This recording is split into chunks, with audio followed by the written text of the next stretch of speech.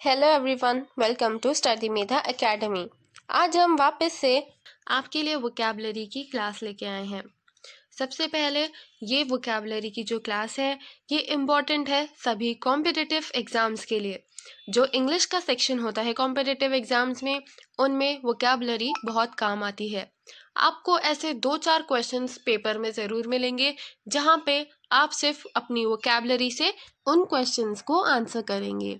इस सीरीज के तहत हम रोज़ 10 नए एक्साइटिंग वर्ड्स लेके आ रहे हैं। ये ऐसे वर्ड्स हैं जो आपने जनरली इंग्लिश में नहीं सुने होंगे या आपको उनके मीनिंग्स, एंटोनिम, सिनोनिम याद नहीं रह पाते होंगे। ये वो वर्ड्स हैं और ये एग्ज़ाम में भी आ चुके हैं। तो इसीलिए ये सीरीज़ कॉम्पिटिटिव एग्ज़ाम्स के लिए तो बहुत इम्पॉर्टेंट है ही सही, पर अगर आप कॉम्पिटिटिव एग्ज़ाम्स अभी नहीं दे रहे हैं, आपको सिर्फ अपनी इंग्लिश इम्प्रूव करनी है, तो उसके लिए भी वोकैबुलरी का बहुत महत्व होता है। तो इसीलिए आइए ये सीरीज़ जो है वो हम स्टार्ट करते हैं। तो यहाँ पे हमारे पास जो सबसे पहला वर्ड है that is entitlement. ENTITLEMENT, entitlement. ये एक नाउन है। इसका हिंदी में मतलब होता है अधिकार और इंग्लिश मीनिंग हो सकता है having a right to something, मतलब किसी चीज़ का आपके पास अधिकार होना। तो इसका सिनोनिम क्या हो सकता है? लाइसेंस या ग्रांट या फिर एलोकेशन या फिर right, the right to do something. तो अब यहाँ पे जैसे आप सिनोनिम्स पढ़ रहे हैं वैसे वैसे आप और ज़्यादा नए नए वर्ड्स पढ़ रहे हैं और एंटोनिम से भी आपका जो वर्ड के लिए नॉलेज है वो बढ़ रहा है। तो इसीलिए सिनोनिम और एंटोनिम पे भी हमें उतना ही ध्यान देना है जितना आप आपके मेन वर्ब पे ध्यान दे रहे हैं। तो चलिए इसका एक एग्जाम्पल देख लेते हैं। और इसका एंटोनिम क्या होगा? बैन। जो आपको राइट मिली है उसका आपने बैन लगा दिया, उस पे आपने बैन लगा दिया, तो इसीलिए उसका एंटोनिम हो गया बैन। अब हम इसका एक एग्जाम्पल देख लेते हैं सेंटेंस में कि अब हम इसे सेंटेंस में कैसे यूज़ करने वाले हैं।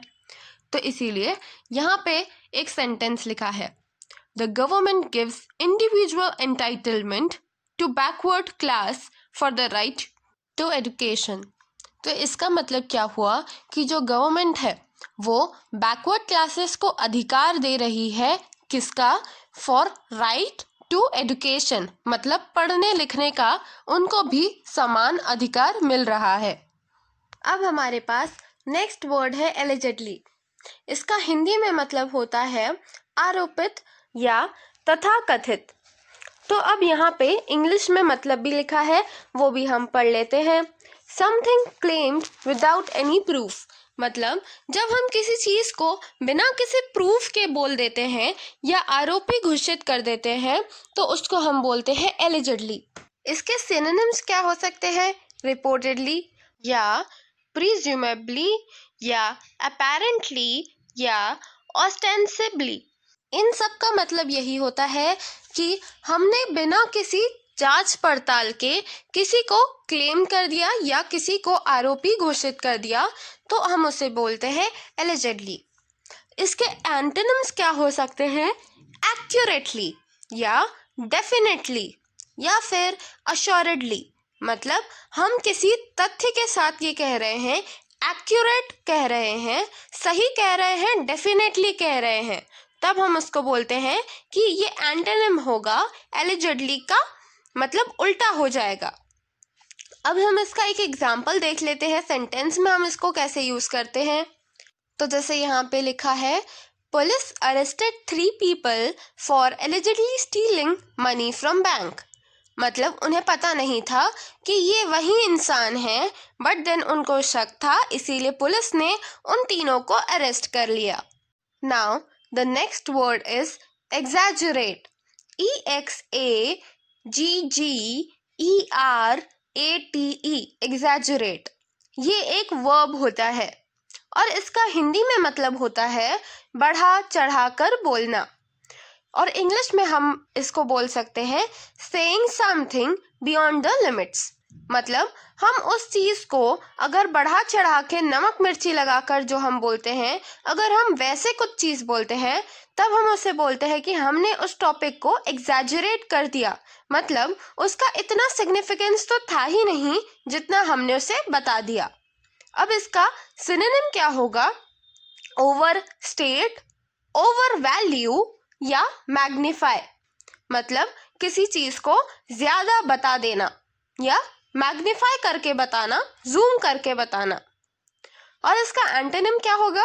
मिनिमाइज, अंडरस्टेट या बिलिटल।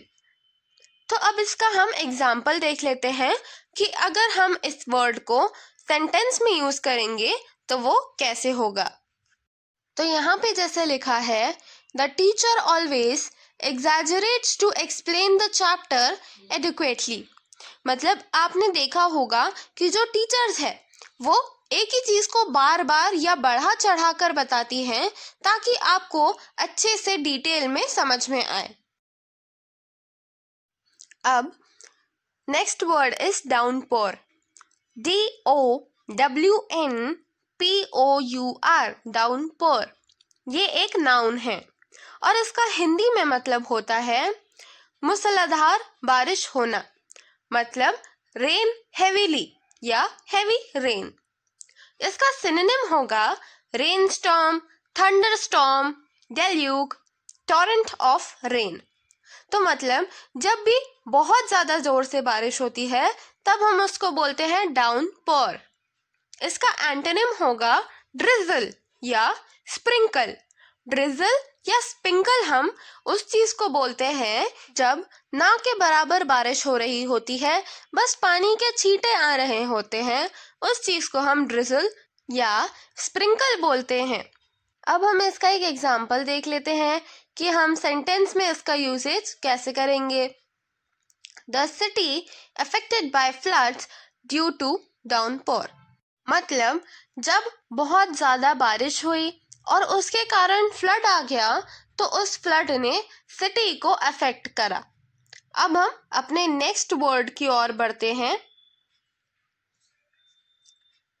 तो अपना नेक्स्ट वर्ड है पोजेशन, जो कि है एक नाउन और इसका हिंदी में मतलब होता है कब्जा कर लेना, और इंग्लिश में हम बोल सकते हैं कीपिंग इन होल्ड और कंट्रोल। तो इसका वैसे ही सिनोनिम हो जाएगा कंट्रोल, होल्ड, सीज, कैप्चर। मतलब कब्जा कर लेना। इसका एंटोनिम हो सकता है एंट्रस्ट और एम्प्टीनेस। अब हम इसका एक एग्जाम्पल देख लेते हैं कि हम इसे एग्जाम्पल में एक सेंटेंस में कैसे यूज कर सकते हैं।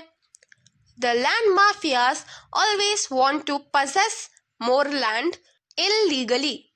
मतलब जो लैंड माफियाज होते हैं, जो गुंडे होते हैं, वो ज्यादा से ज्यादा लैंड जो है वो पजेस करने की या उस पे कब्जा करने की कोशिश करते हैं जो कि इलीगल है। तो अब इसी के साथ हमारे 5 वर्ड्स जो है वो खत्म हो चुके हैं शाम के। अब हम नेक्स्ट सुबह अगले 5 वर्ड्स और देन शाम को नेक्स्ट 5 वर्ड्स, ऐसे करके एक दिन में 10 वर्ड्स आपके लिए कल वापस से लाएंगे। एक बार समराइज कर लेते हैं कि हमने कौन कौन से वर्ड्स पढ़े हैं आज। तो जो फर्स्ट वर्ड था दैट वाज एंटाइटलमेंट, मतलब अधिकार। देन था एलिजिडली, मतलब बिना किसी प्रूफ के किसी को दोषी साबित कर देना। Then third word was exaggerate, मतलब बढ़ा चढ़ा के कुछ चीज बोलना।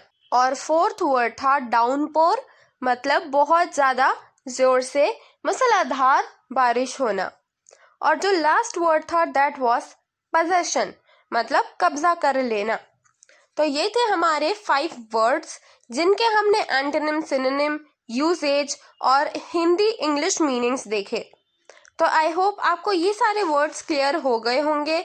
अगर आपको इनमें से कुछ भी डाउट है या एंटोनिम, सिनोनिम समझ में नहीं आए किसी के, या उनके सेंटेंस फॉर्मेशन में दिक्कत हो, तो आप कमेंट सेक्शन में मुझसे ज़रूर पूछ सकते हैं।